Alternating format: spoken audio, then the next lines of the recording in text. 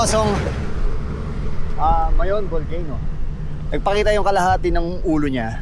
Pero kanina kasi nag-ano siya, nag-aalboroto siya, ang ingay-ingay niya.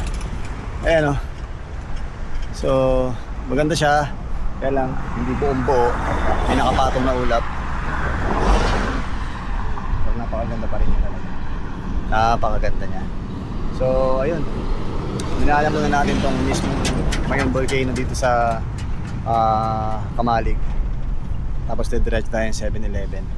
So marami muna salamat sa mga sponsor natin. Mondings, maraming salamat. Cycle Art, maraming salamat. Pops Bike Shop, maraming salamat. Stingray Therapeutic Spray, maraming salamat.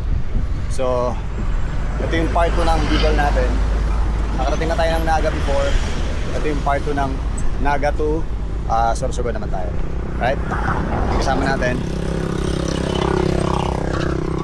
So shoutout sa inyo lahat dyan. Shoutout sa lahat ng mga followers natin, yung mga bagong followers natin sa YouTube, TikTok, tsaka sa FB page. Kasi Your destination is on the left.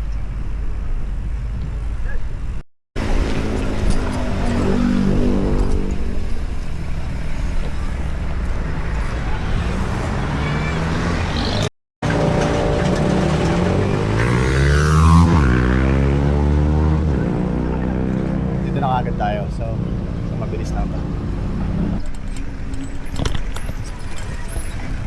In 300 meters, arrive at your destination. Ay ka lang to. Kasi na lang pipig po nila. Yes, stamp ka daw. Dapat ko Pwede ba dito na lang? Nanuwa. Thank you. Kailangan stamp. Sige niyo po, sir. Thank you. Uy. Thank you, 100 pesos daw yung bayad. Pasok.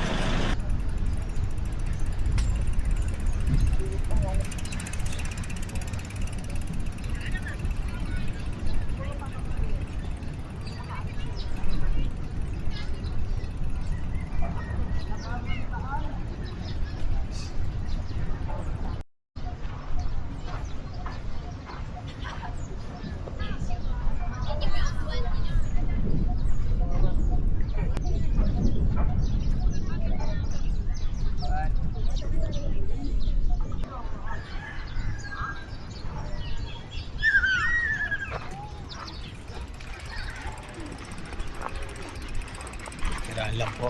Puno.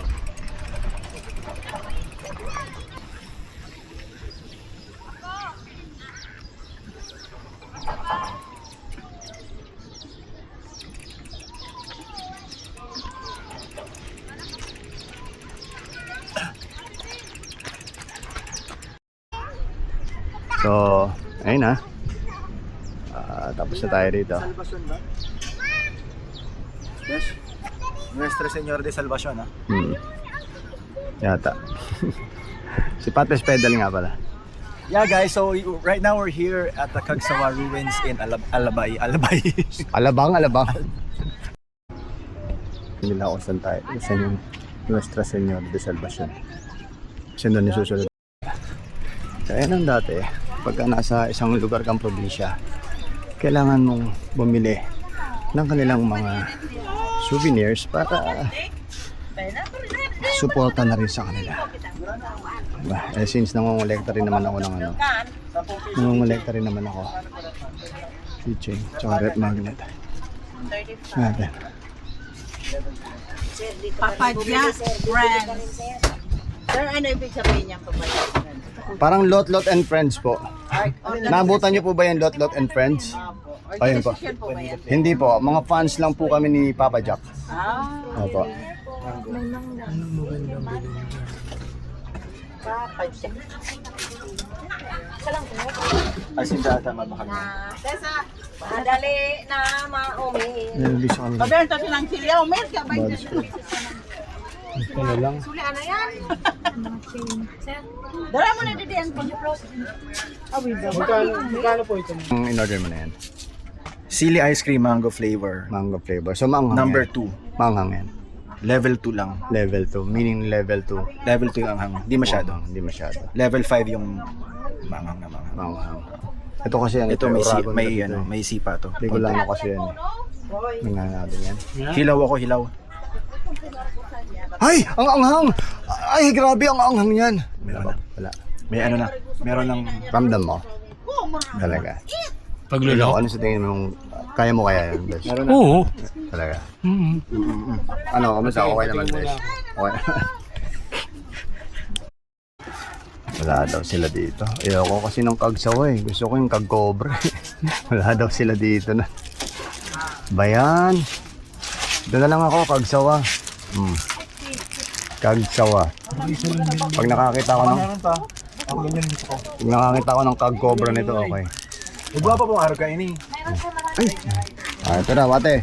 Oh my, hingi ka na lang ulit. Okay pa, wala pang 5 minutes. So, bumili tayo ng pampasalubong sa mga constituents natin. So, bahala na sila mamili. Keychain ang pasalubong natin sa kanila. Okay.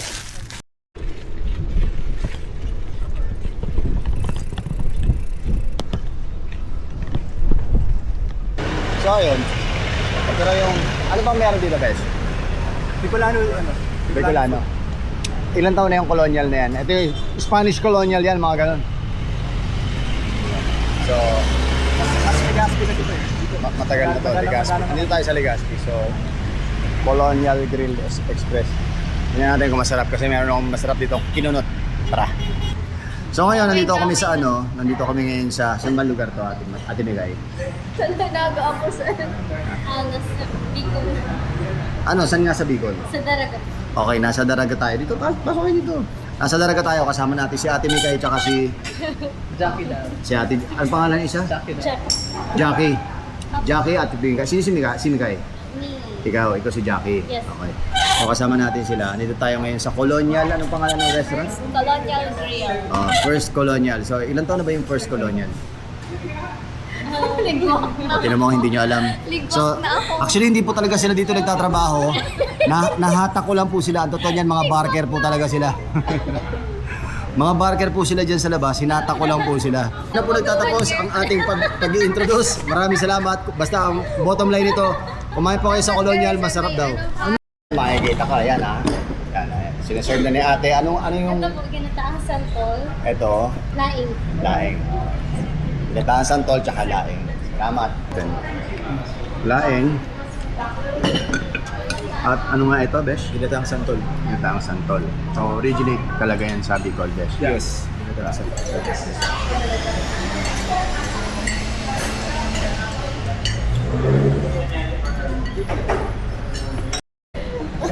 Oh, yun. Kasama natin ngayon si ate. Anong pangalan natin? Mikay po. Si ate Mikay tsaka si ate. Chucky po. Tsaka relax ka na. Yan.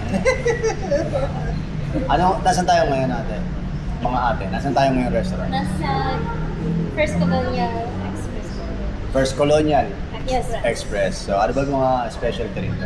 Mostly mga ginataan po. Katulad ni Pinangas, Silaing, and then Nico Express. And then, Kaya nito. May must try na food. May iba't ibang branches ba ang Ubus Colonial? natin eh. Sasarap eh. Yes. Ano yung mga branches? Meron po sa SM, meron po sa SM. Legazpi. SM Legazpi tsaka SM wala na. Sa Quezano. Naga po, sir. Kaso, right now, sir, under renovation pa po yung Naga. Kailan ba nagsimula to? Yan na. Yan, sir. Kailan ba nagsimula? Yung first colonial year po, noong 2004 po. 2004. Yes. Saan yung pinakaunang branch? Doon po, sir, sa Albay, sa Jollibee. Sa Jollibee sa Albay. Wala ka pa nun, syempre. Bata pa po. Bata. Anong year yun? 2004. 2004. Okay. 2004. So, ibig sabihin, mga authentic na Yes. mga Bicolano dishes Opo. talaga. Until now po, authentic pa. Actually, masarap talaga. No, Besh, no? Masarap. Ubus nga natin.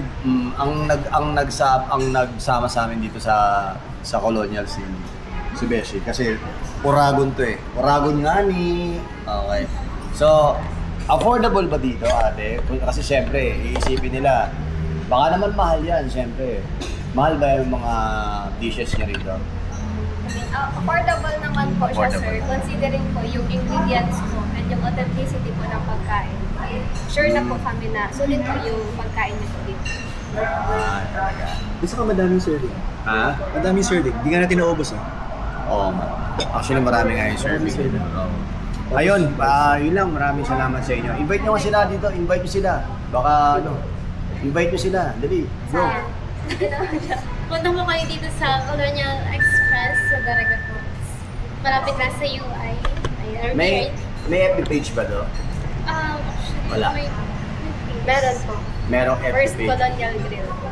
First Colonial. Pwede ba kayo magpa-deliver sa Food Panda, Grab? Yes po.